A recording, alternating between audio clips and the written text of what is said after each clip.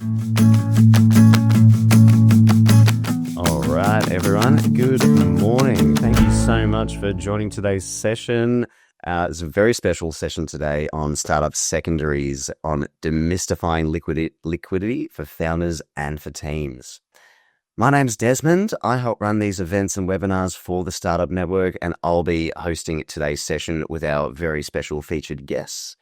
Before we do begin, I would like to begin, as we always do, by acknowledging the traditional owners of the land, particularly that I'm joining from, the Wurundjeri people of the Kulin Nation, and I would just like to pay my respects to elders past, present, and emerging, and I would obviously like to just extend that acknowledgement to any First Nations Australians who might be joining us online today.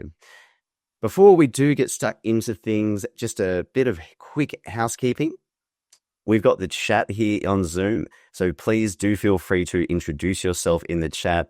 Tell us your name, where you're tuning in from, and anything you might be hoping to get from today. Any things you might be wondering, anything you might be curious about, any stories that you might have on your particular journey. And please do ask any questions that you do have in the chat. We will have time for Q&A just at the end, and so please do feel free to add those questions in there. Now, this session will be recorded, and so we'll be able to share this after the event. It'll also be on Cake's social media and Cake's YouTube channel as well, just in case you weren't able to attend the full thing, or if you did want to watch some things after. Also, just a few quick things about the Startup Network. There's plenty of events coming up. I've just sent a link into this chat. And so that is the upcoming events that I'll be running for the Startup Network. We've obviously got some webinars, but particularly next week, going up to Latrobe and Bundoora here in Melbourne to run a Founder Connect with Latrobe and some of the infrastructure projects that they have there. And then once a month, I help run a pitch nights at various different locations, but the next one will be at Latrobe City Campus on Collins Street here in Melbourne.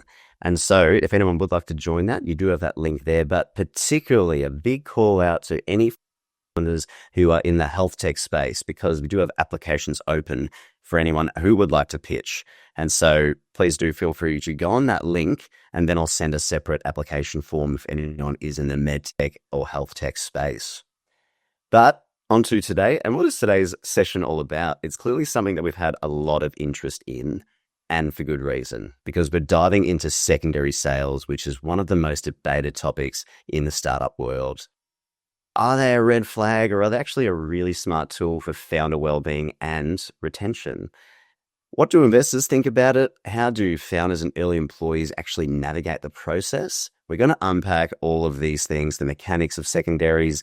We're going to explore real-world strategies and hear how startups like Upcover are approaching this space with intention and alignment. So the format for the day is that I'll introduce our speakers shortly, but we're really going to dive into what are secondaries. What does it mean? What are the current trends in the market? We're going to go into what does a secondary transaction look like? Then we'll hear from some founder and some team stories and really understand why does it actually matter. To finish things off, we'll go into some practical lessons and pitfalls, and then dive into the supply and demand of secondaries with some key takeaways and call to action. And I know there's going to be a lot of conversation here, so I'm hoping we do have time for some Q&A at the end.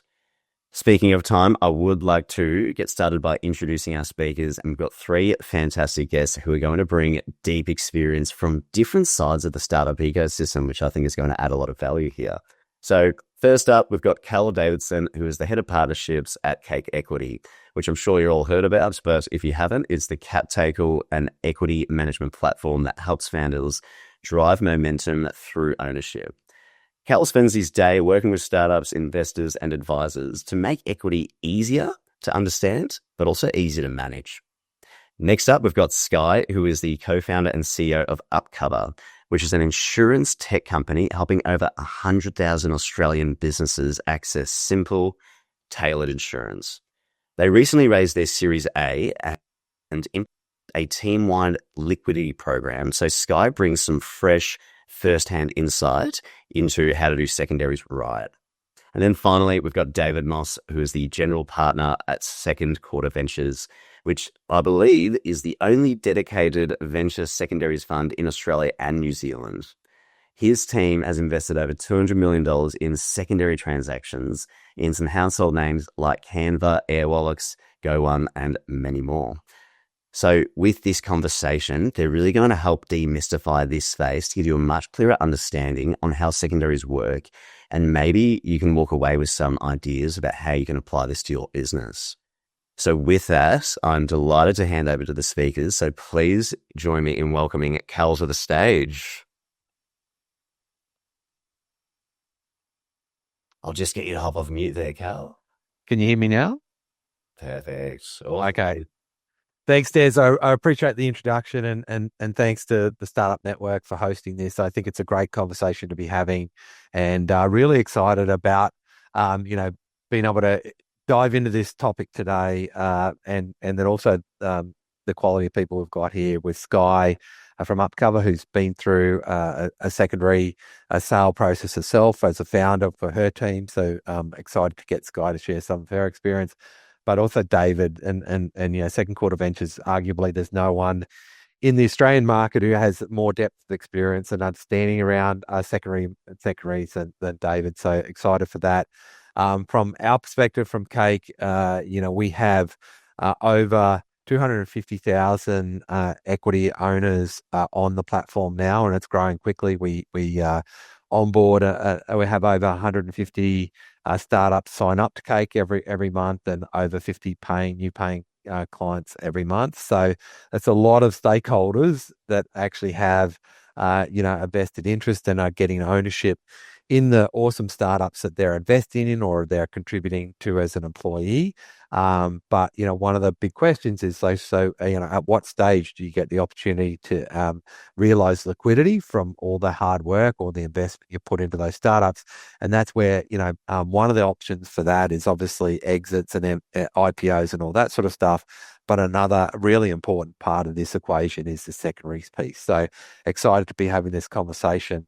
I thought we might kick off today with just a little bit of a discussion, a scene setting around, when we're talking about secondaries, what are we actually talking about here? And when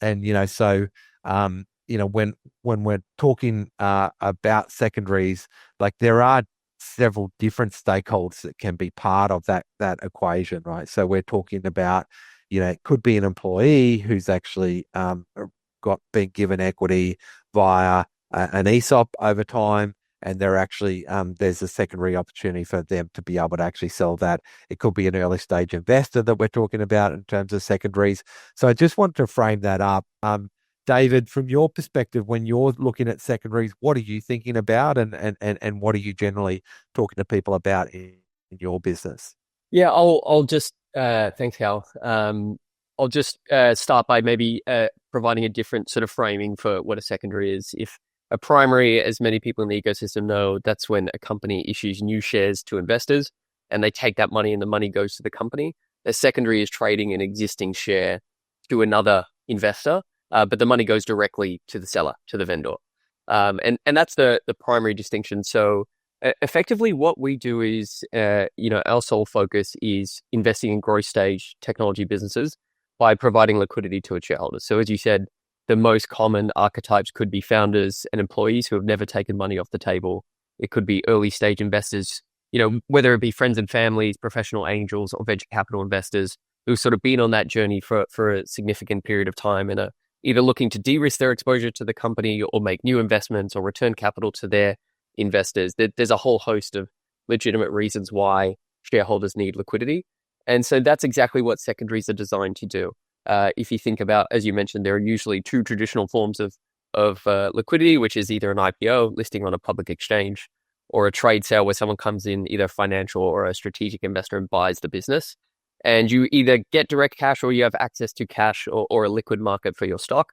Obviously, private markets do not have that benefit. And so they sort of tend to come in unstructured processes, dedicated secondary specialists like ourselves. So that's just a little bit of context on sort of what we're looking at. Great. That's great context. Do you want to just give us a little bit more context if we zoom out a little bit, think about the Australian market and secondaries, and also maybe compare that to overseas markets, like more mature markets like the US? What are some of the trends that we're seeing? How frequent are people doing secondaries in the Australian market? Can you provide a little bit of context around that? Yeah. So, going back sort of a decade probably covers the period over which the domestic ecosystem has really sort of come to maturity. But I think that one of the observations probably shared by many people on this call is that the shareholders who have benefited from, what is really, even in a global context, an exceptional amount of value creation, equity value creation, have not really had commensurate access to liquidity. So despite the emergent maturity in our primary markets and sort of competing in an innovation economy on a global scale, there just hasn't really been any dedicated pool of liquidity that is sort of directly targeting the venture asset class. And I would say that this is most acutely felt by founders and employees who are often on modest salaries in exchange for the upside provided by ESOP and equity participation. And so if you think about, just going back to the two traditional methods of getting liquidity, an IPO, listing on a public exchange or a trade sale, these markets have been relatively muted since 21. So, if I talk about a decade of value creation in Australia, 4 of those 10 years, there's been, almost no access to traditional forms of liquidity. And so I think that, secondaries are increasing in prominence, but still completely nascent compared to markets like the US. And one thing that I found really interesting is that in the US in 2024, secondary markets were actually the primary source of liquidity for VCs over IPOs for the first time ever. And we're really in the earliest days of that journey in Australia. This is the problem that second quarter exists to solve. But we have a long way to go in order to get to sort of the regular sort of semi-liquid aspects that you see in private markets that exist in the US. Obviously we see companies like OpenAI, SpaceX, et cetera, at the very large end of the private market assets that exist in the US. Those are almost semi-liquid. And the thing that I'd like to emphasize on this call is that for very high quality assets, there is almost always a buyer for the stock. So, you have to go through the rigmarole and the process to actually trade on private market stock, but they're very likely to always be buyers for the best assets. So I think that what we're seeing in Australia is for the very large assets like Canva and Airwallex, companies we've invested in, there is a consistent flow of interest in buyers. It's really for, sort of the early growth and early stage businesses where I think that the absence of sort of a formal market for liquidity has really hindered shareholders' ability to get access to it. And so just picking up on that, David, you mentioned early stage. So, when we're talking early stage, when, are you typically, what are you talking about there? When do you typically seeing startups coming into that zone? How early in their funding cycles might you see them starting to actually look at secondaries being an option versus what's too early? So could you give us a little bit more context around that? Yeah, I think there is it's a very subjective assessment. So I can talk about our own mandate, which is usually we're investing in Series B and beyond. But what does the profile of company look like? Because not every Series B or Series A companies even look the same. So usually they're, established product market fit, selling, often in multiple markets outside of Australia. And from a revenue perspective, sort of at the smaller end of our portfolio would be somewhere around, $5 to $10 million revenue range, let's say. And I think that primarily reflects the risk appetite that exists in the secondaries market. There isn't a ton of appetite for technical risk or the like. It is primarily on businesses that are scaling globally, where really they have to tolerate execution style risk. So that's sort of how I would profile it. What is too early for a secondary? I mean, really, it depends on the vendor. There is no right time to sell, and there is no stage of company that is right or wrong for a secondary. It depends on whether there is demand for stock and whether vendors have interest to sell. And so I can't give you the exact profile, except to say that most of the demand for secondary, so where the capital sits, it tends to be sort of at the what line is the growth stage, so Series B and beyond. Okay. Yeah. And look, Sky, in their case, that it's Series A, but that could certainly happen earlier, but probably not as frequent as a demand for those later stage. So one of the factors is obviously thinking about the opportunity to do secondaries is obviously the demand and the people who are actually wanting to do that. But another big factor in that whole equation is like how earlier stage investors thinking about that and seeing the opportunity for secondaries? Are they seeing that as being a positive thing, or are they wanting to, make sure that the founders and the team have all their skin in the game, and therefore they don't have the opportunity to take money off the table? So, can you give us a bit of a perspective on that, David? How is that been changing over time? What are you seeing from the typical early stage investors at the moment in the Aussie market and their attitudes towards this? Yeah. So I'll give you my perspective, which is that the dominant narrative for a long time was that the best way to have a founder and their employees incentivized for the biggest possible outcome was to leave all of their equity in the business. And ultimately, that would be the best way to incentivize them for the biggest possible outcome. I think that created a certain stigma around founders and employees and insiders selling shares, because these people, there's all this information asymmetry in private markets. And so, Cal, if you as a founder were selling, me as a buyer, I have to ask myself some questions. What does Cal know, knowing everything about this business that me as a newcomer to the business does not know? And so that was honestly caused a lot of friction, I would say, in the appetite for allowing insiders to sell, and just an openness to there being sort of general liquidity available to founders and teams. I think that, certainly in Australia, it's happened a little bit slower, but that stigma has slowly started to fade. And I think that, just to anchor this in an example, if you have a founder who's on a salary of $150,000 and they have maybe $10-15 million of equity in the business, and everyone agrees that the company's worth $100 million. If someone was to come along and offer a lowball offer of $60 million, leaving a lot of value on the table for other shareholders, that's life-changing wealth for the founder and perhaps for some of the employees as well. And so you can see that particular situation creates a misalignment of incentives where the investors, the venture investors, want the biggest outcome possible and are happy to take the next set of risks. And the founder may be less willing to do that because here is life-changing wealth and they can de-risk completely and sell the company. So it actually turns out, and this is certainly fundamental to our strategy and our belief, that the best way to incentivize teams to take the risk required for outside value creation is to allow them to realize some of the value they've created along the way.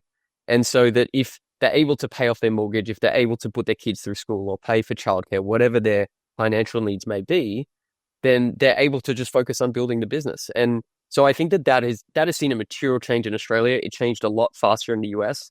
But I think, frankly, the primary driver of how much liquidity there is just the amount of capital that's available. So I think that also naturally changes the stigma, but most certainly there's been a shift in the narrative sort of along the lines that I described. Yeah.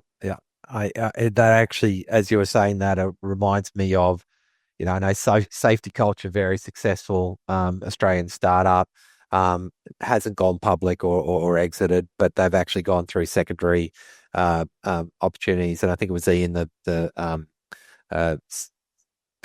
of the co-founders, sharing his thoughts, and he was saying, like, as a founder, one of the most rewarding things out that journey for him was actually seeing his team being able to actually benefit, particularly the early team members, to be able to get a benefit out of being part of that journey. And he spoke about the risks that they take on as individual team members, but also their families, right? In terms of being, the first 5 team set, during Culture Amp, I think they started up in Townsville up there and turning into a multi-billion-dollar startup, but being able to actually have life-changing wealth creation opportunities and being able to do things like pay down mortgages and things like that. And he was sort of saying that, to him as a founder, that was one of the most rewarding pieces of the journey so far. So yeah.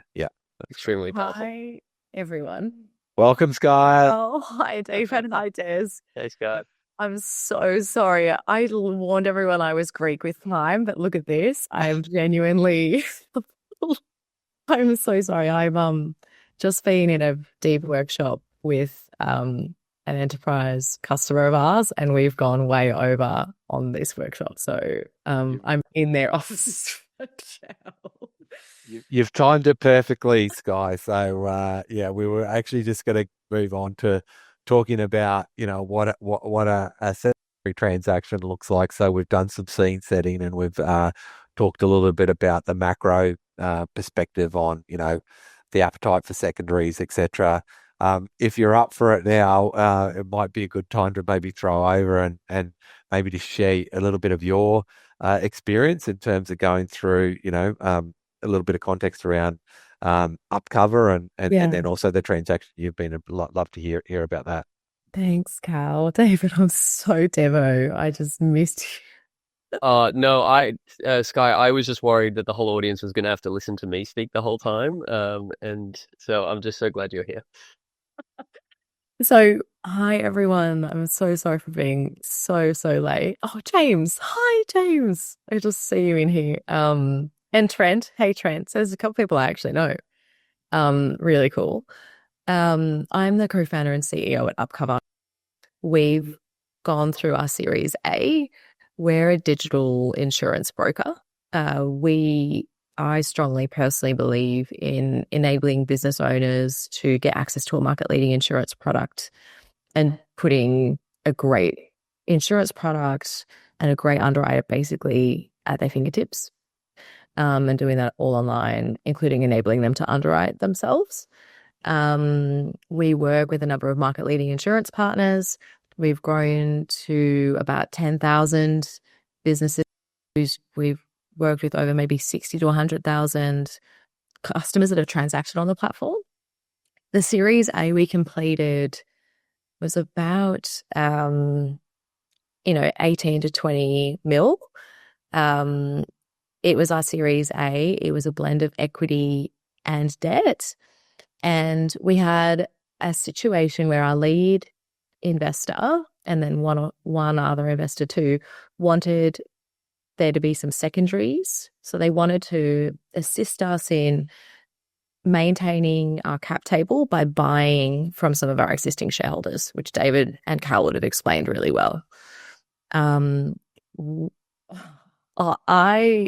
have learned a lot in the process because I didn't use someone like David and Second Quarter Ventures to help me through the process, but it was a challenging administrative process for anyone that's fundraised and completed a transaction, even if it's a safe note, is quite a bit of admin to get that money in your bank account and the doc signed and then your ASIC register updated.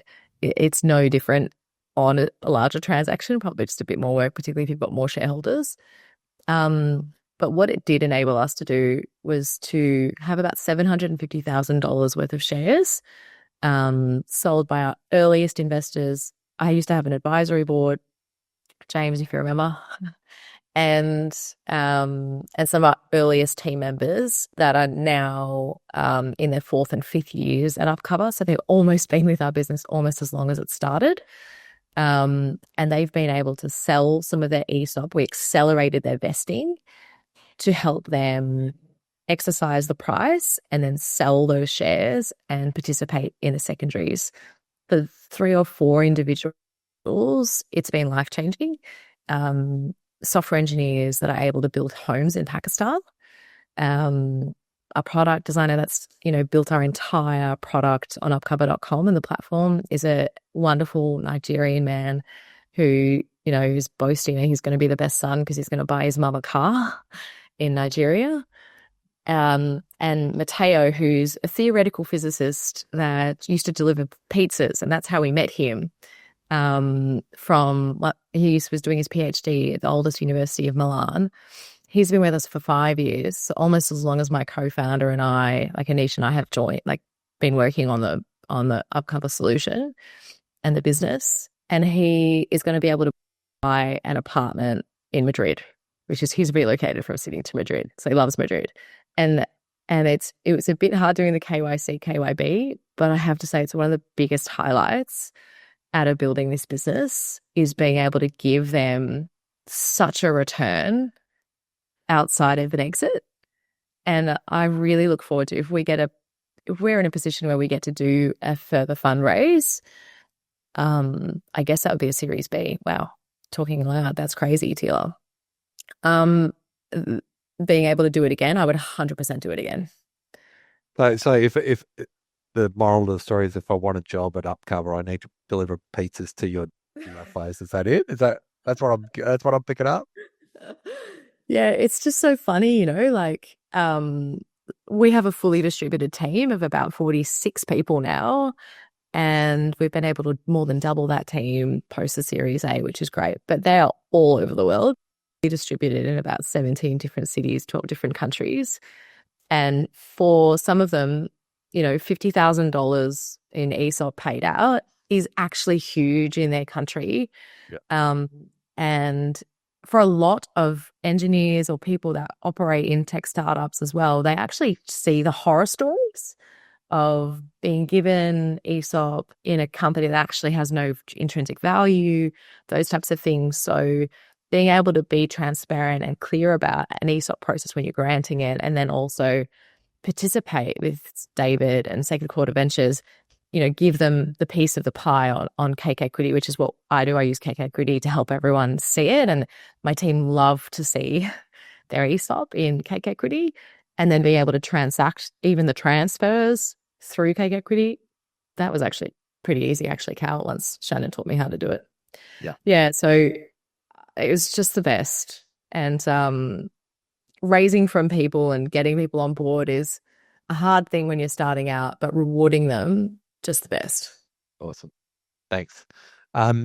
David, I know when we've spoken in the past, you've used the term, people should be intentional about when they go through secondaries. So just building on what Sky said, and without going too much into the weeds in terms of the actual admin that's involved in the transaction, do you want to talk about a little bit about some of those elements, and maybe Sky, if you want to chip in on any of your experience? But it is something that we definitely want to see more of and everything. But there is a bit involved in it, so maybe you could drill down on that a little bit more. Yeah. So basically the fundamental governing document that determines how these take place for every company, it's usually just set out in the shareholders agreement. And the most common form in which this takes is if you want to transfer your shares to anyone, this is called a preemption right. You must first offer it to all existing shareholders, and they have 20 business days, 30 business days, depending on the document, to respond. And then only after that 30 days can you then go ahead and sell your shares, and you can only sell it to someone approved by the company.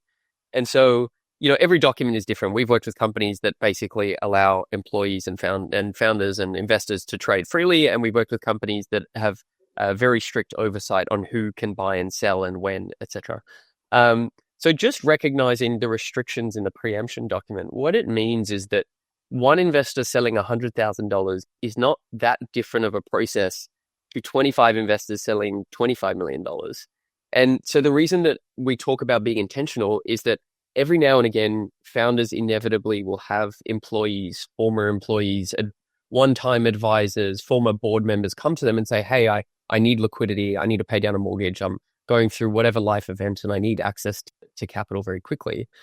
And it's not that easy to do. It's not something that you can just do very quickly. And in order to find a buyer, those buyers will often require time of the company to do their due diligence. If we were purchasing shares in Upcover, we'd want to spend some time with Sky and dig into the financials and make sure that we're making a responsible investing decision. So the time tends to scale very well if you apply it to all of your shareholders. And so my encouragement would be is that when you are raising a primary round and that there is interest for investors to have access to your business, it's also a healthy time, depending on what stage of company you are and what the nature of your shareholder base is, to think about secondaries, because you're getting sign-off from all of your shareholders based on changing your document.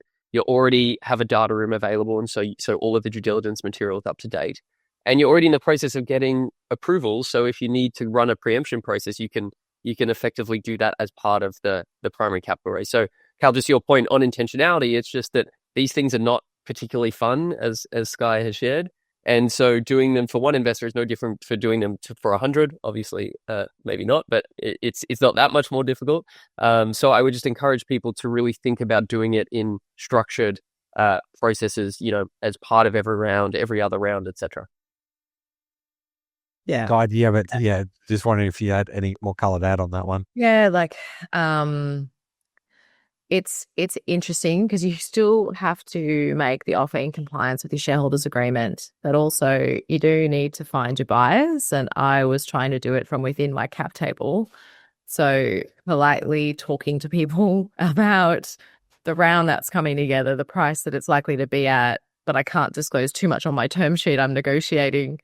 And also secondaries happens at a discount. David and Carl, did you guys talk about that yet?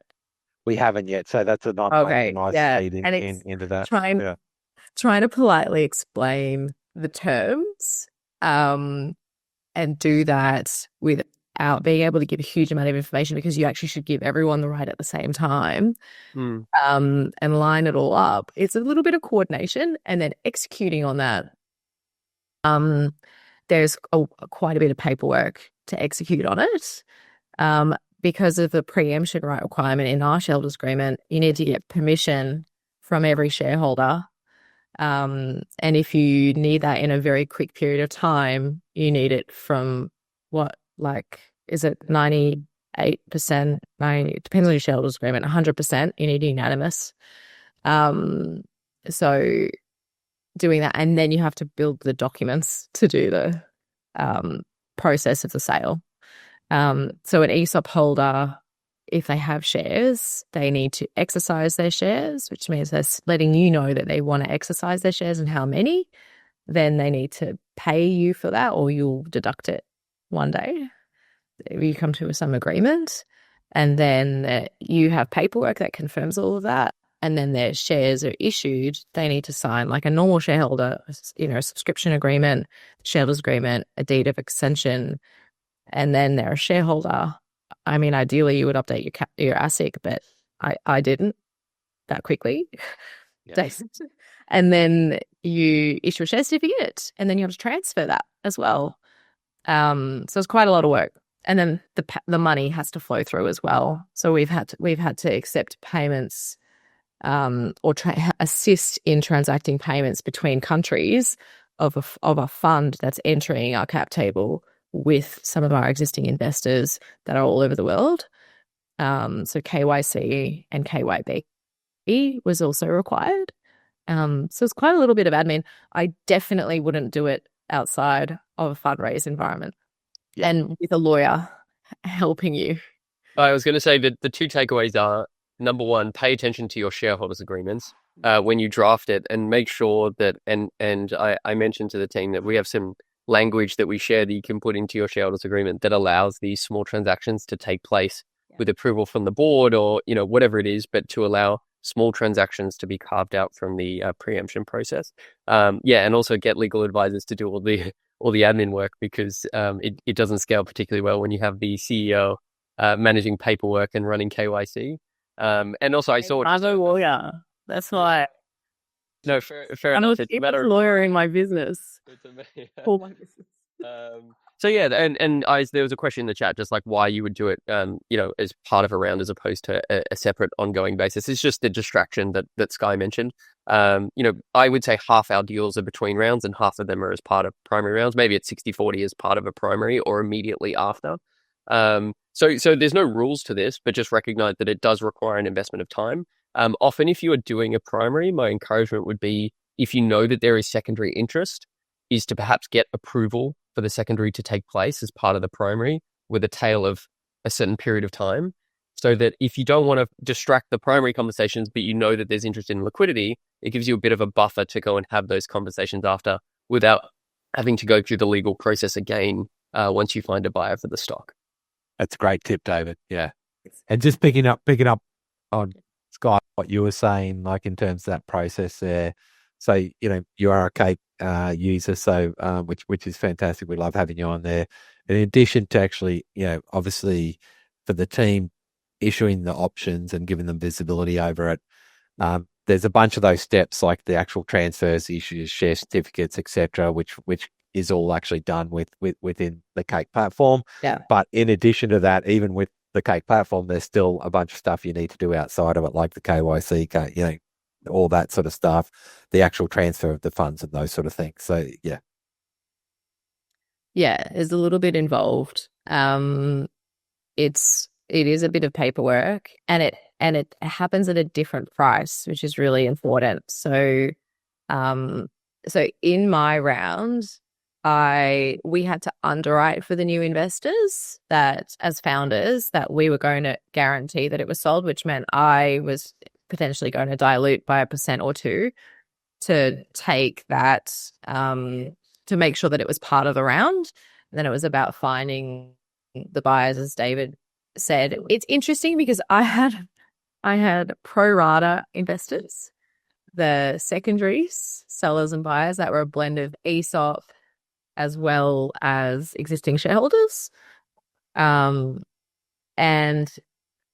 yeah, and then the new investors coming in as well, and some conversion events. So it was a fairly complicated transaction overall, and we had debt. So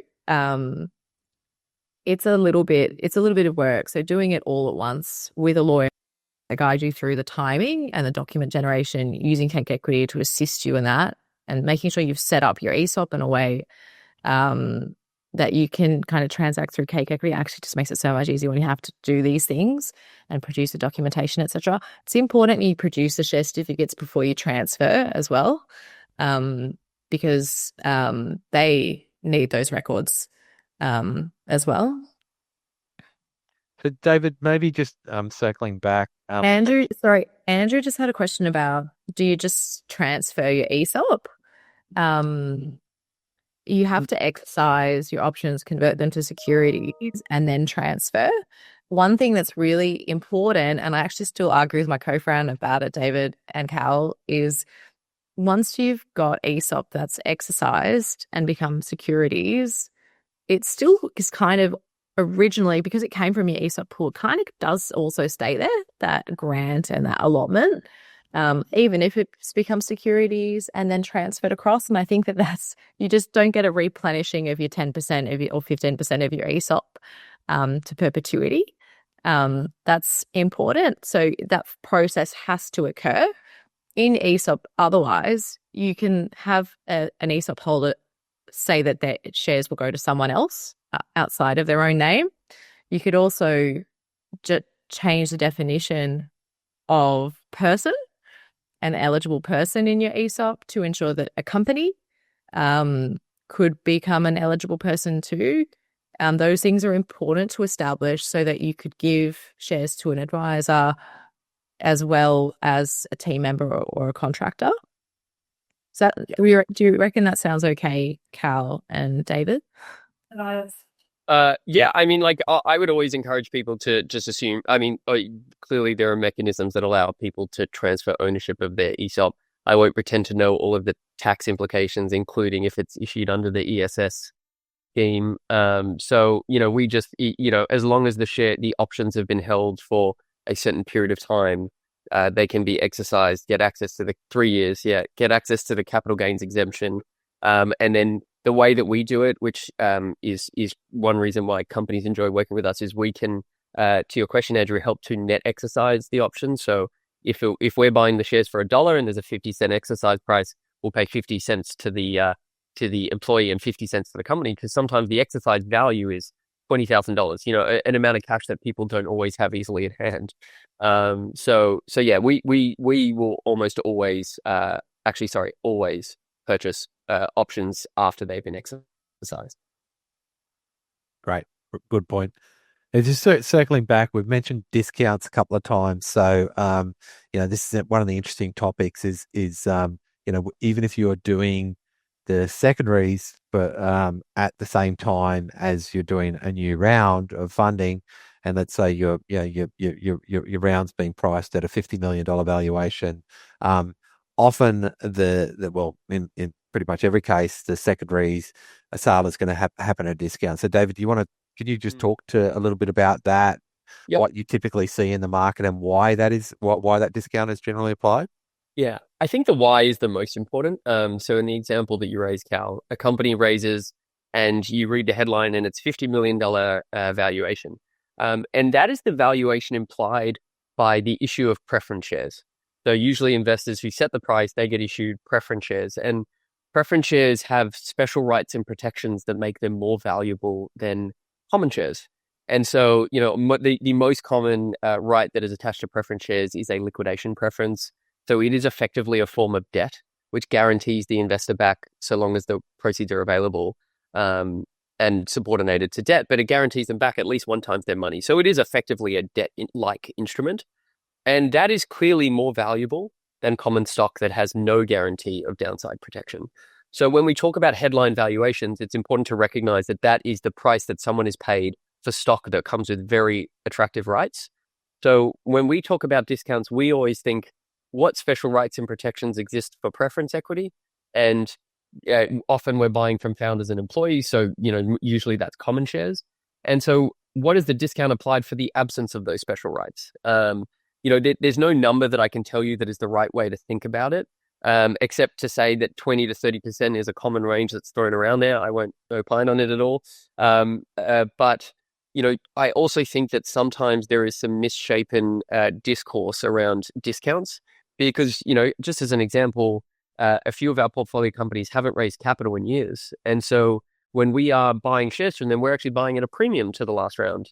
And sometimes if they're raising and it's a part of a primary and we're buying junior stock, we're transacting at a discount. So every situation is different, except to know that why common shares are less valuable to preference shares is the absence of those rights.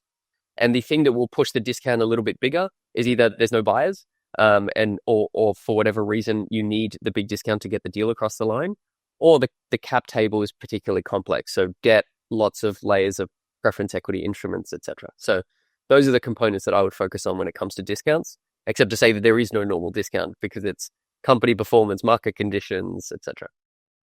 I'd say for our round, and full disclosure, I'm a bit of an open book. We discussed it openly with the buyer about how we would do it to create the round, but also what would be of value and what would the return be for those people that may be selling. So what was helpful is that it became, for those that participated, a 2x or a 4x or much greater if it was pure ESOP, because it was like a $4 price to a $90 share price. So that's great. But it's also something they didn't think existed because some of them just genuinely didn't know if ESOP had value. So it was much more beneficial for them.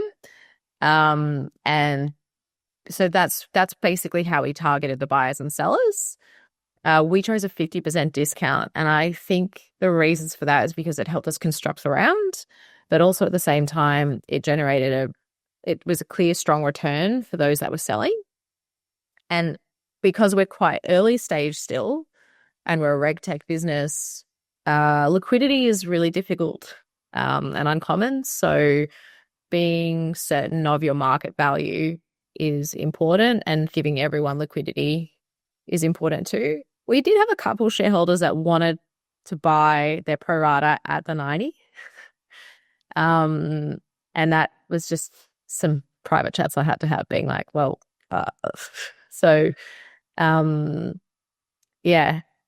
Is that helpful information to everyone, hopefully, and might generate some more questions as well. So we chose 50%, knowing that the market might be anywhere between 20 and 40. So we chose 50.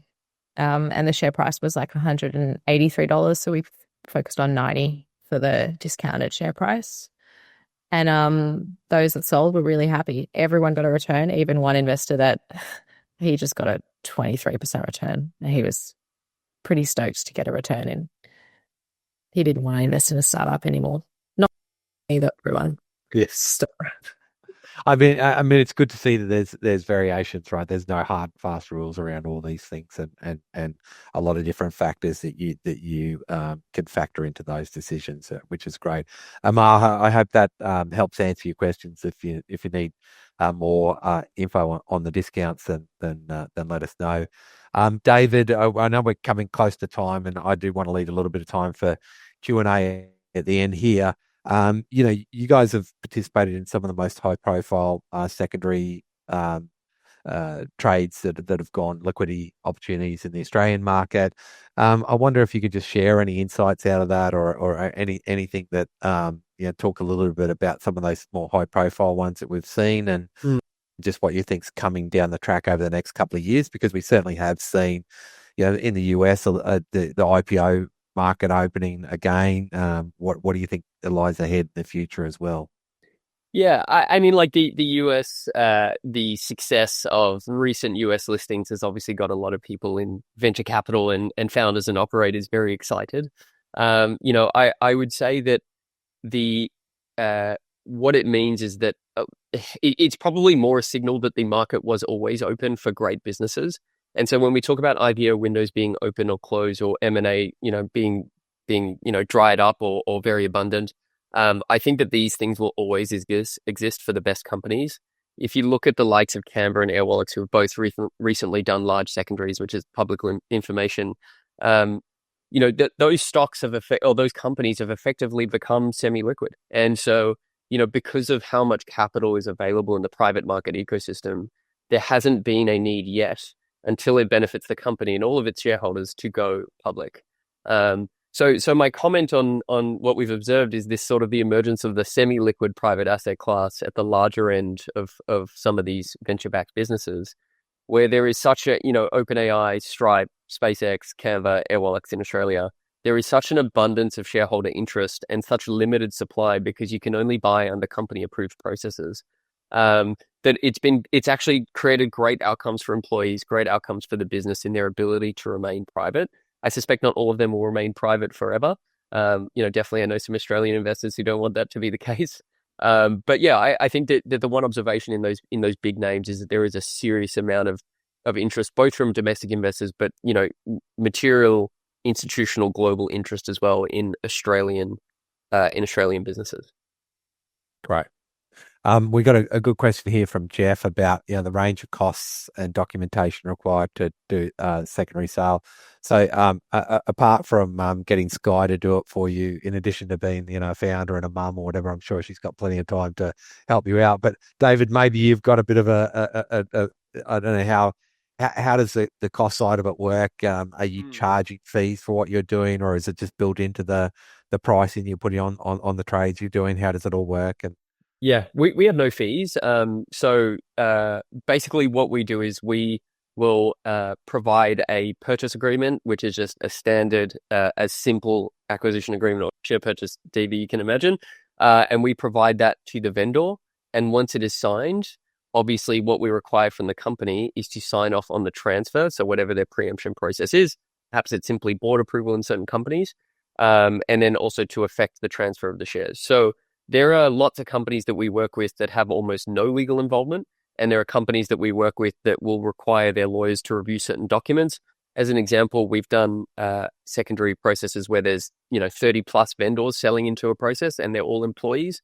And so when we provide a share purchase agreement, even though we're transacting with the employees and not the company will step in and review the transaction documents to ensure that it's all appropriate for their employees. So it really depends on the approach you can take. You can encourage sellers to go and get their own legal advice. I wouldn't recommend that for employees, except to say that it is relatively light touch in most situations. Obviously, Sky's situation was very different, so I'm not gonna say that is the case for everyone. But if you assume that the preemption process is complete, the legal aspects are really the transaction documentation, which should be relatively straightforward. I'm talking from my own experience because we do this all the time, so it seems straightforward to us. It probably feels very daunting and overwhelming to anyone doing this and managing it for a whole bunch of buyers and sellers. So, Sky, that's not that I have a lot of sympathy for what you had to go through. That's okay. It was good. The costs for us, so Kate is really good because a bunch of documents and parts of the process can be handled within their platform. And there's no additional cost for that. And that's just within available to anyone. Yeah. That's a good point, Cal. And they have a CS team, a customer success team, that you can contact, and they can kind of guide you through the point in time of the process if you need further guidance too. And they could probably talk to you about what is a secondary, etc. And I did have that chat with Shannon, like the head of CS. She's fabulous. Probably the really important thing to create or reduce admin is the preemptive process. And if you have that in your shareholders agreement, and if you can remove that or create a moment of a time where you could waive that or just be able to do this process without needing to get the consent of every single shareholder. I needed to do an AGM, and as I have 45 shareholders, I had to do it within a time period to meet my completion date for my equity round. So I had to get 100% of consents done, all that stuff. So there's quite a lot of specific legal things I had to ensure I complied with in order to start the process completely and meet those deadlines. Lawyers can handle all of it. And if you bundle it inside your fundraise, it's just handled within your fundraise as well, right, David? Yeah. Yeah. I mean, like, obviously it's extra time, and lawyers who we all love charge by the minute. So, you're not going to get it for free, that's for sure. But no, you're right. Bundling it together obviously saves on sort of like the administrative burden.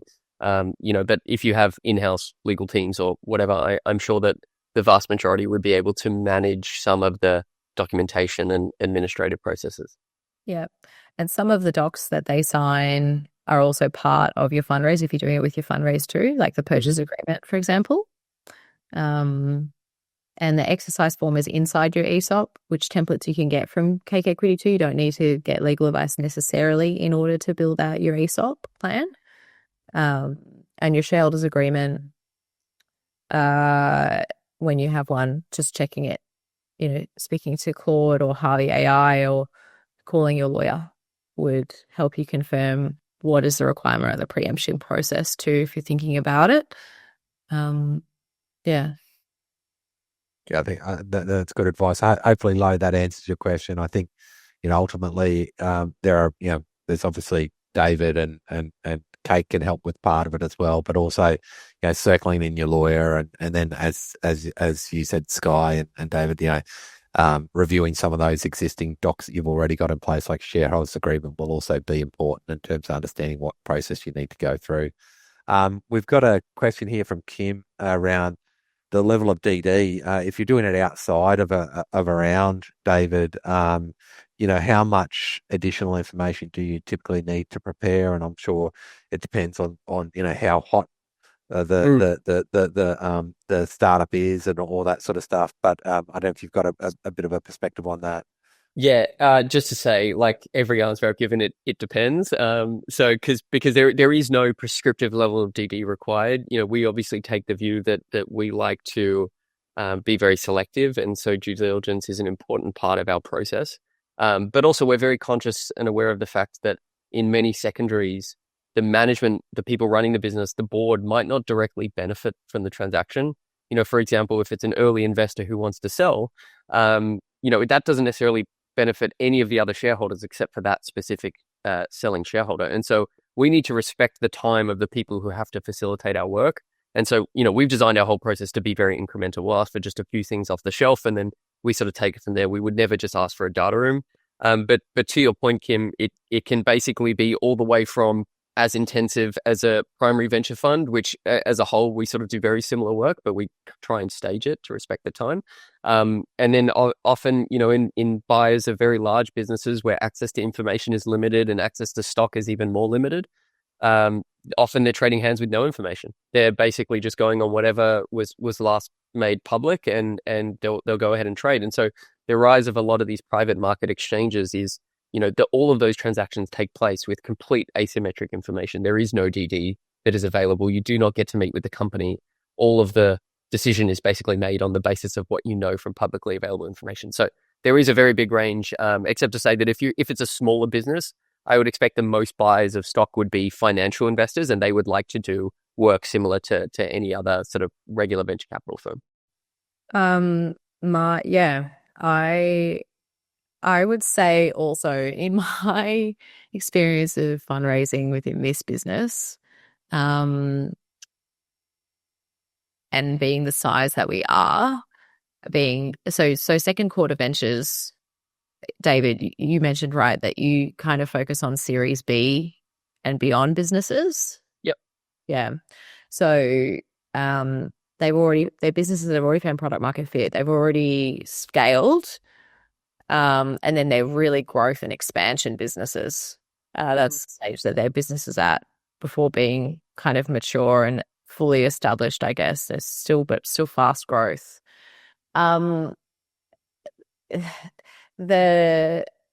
It's really important with shareholders and investors to create a bit of energy in a smaller business. And so doing as part of a round is very helpful.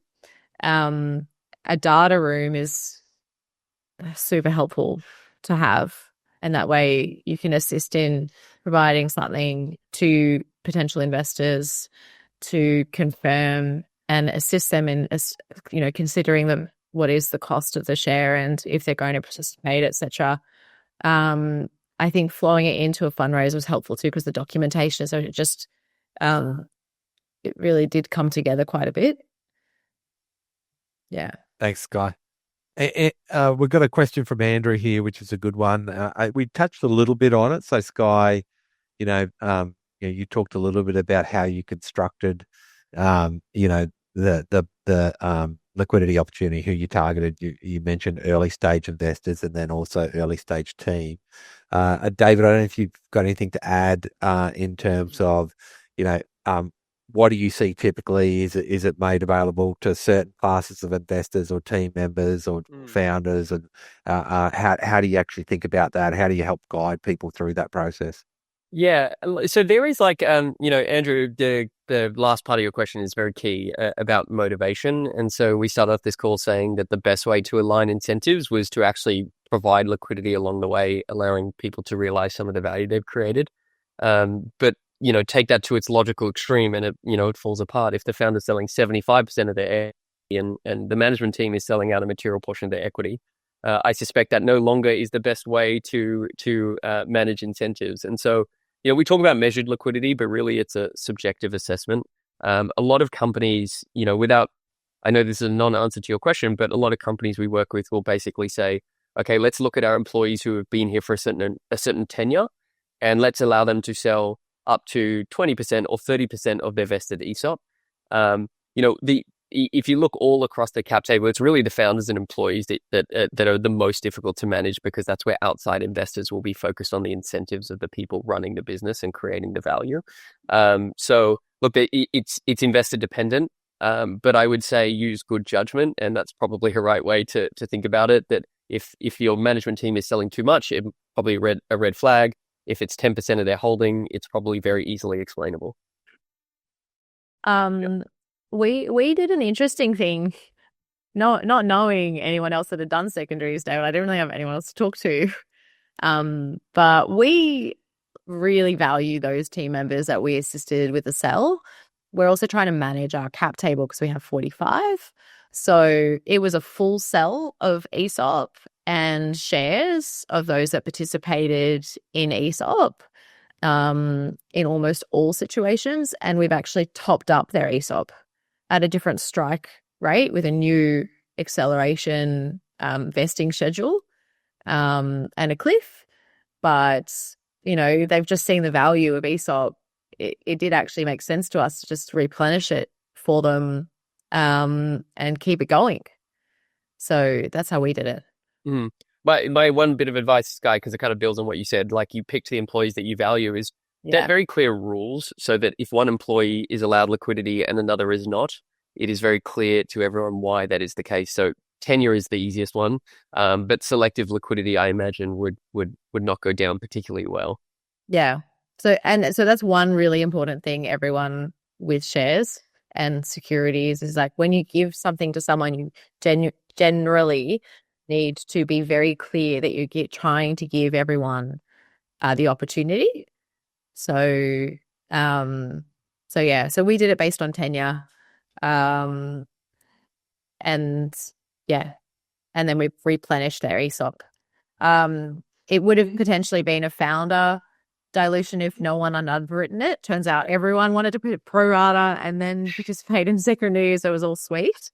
And then interestingly enough, I had some investors that were really keen to get liquidity. And then as the round closed, they were like, oh, but actually, I love your business. I don't want to sell as much anymore. So I had to keep shuffling things around a little bit. So I actually had some investors that were like, I'm 50% selling or 100% selling, and then reduce it to 50 or 25 as a transaction completed. So it's just funny. Doing it as part of a raise was good because it got that momentum and energy, and people were fairly excited about getting outcome. Yeah. Sky, I'm just conscious of time. We're running up against it. So any final thoughts you want to leave? Thank you for being so generous in terms of sharing your experience, and congratulations on what you've been able to actually achieve not with funding round, but for your team and early investors. So, any final thoughts as we wrap up? Sorry, Sky, that was for you. No. I just thanks everyone for joining. Secondaries is a really cool thing, and second quarter ventures are really, really cool fund that specialize in it. So anyone building a business, I hope you get to the point where you're at your Series B and you can knock on their doors and go through the process for either yourselves or some of your investors. It's really been the best part of building this business for me. Awesome. David? No, thanks for the plug. Sky does a better outro than I do, so I'll leave everyone with that. Thanks for your contribution, David. It's great to have someone with your depth of knowledge around this subject to join the call. Look, some of the key takeaways that I had captured out of it was, being intentional about it. Like, like secondaries is a fantastic way to reward and also maintain that motivation of your team. So we absolutely want to be doing it. We want to see more of it going forward, but there's a bit involved in it.